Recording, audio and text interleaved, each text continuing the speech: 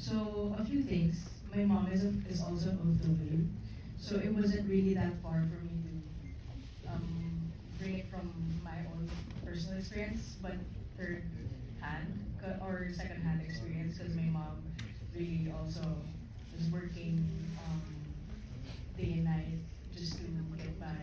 But of course, in a different context, you know, she was a caregiver, or she is still now. She is a caregiver for the home for the aged. So it's a totally different dynamic because it's in a hospital and that's a setting as compared to Maricel. So and then another thing is um, before this film, I also had my very first film in Cyprus. Coming soon. From there, I had more time to go around and get to know the community of Filipinos and the OFWs as well. So I get to ask them about their experiences. I get to kind of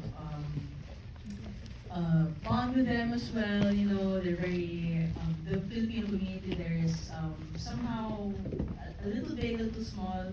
It varies sometimes, but you know, they all every Sunday they all get together in church and they do a picnic and you know whatnot. And then I was able to get to ask them some questions about their work and all that stuff. And it's a very honorable experience also to hear their stories, and that's where I kind of picked it up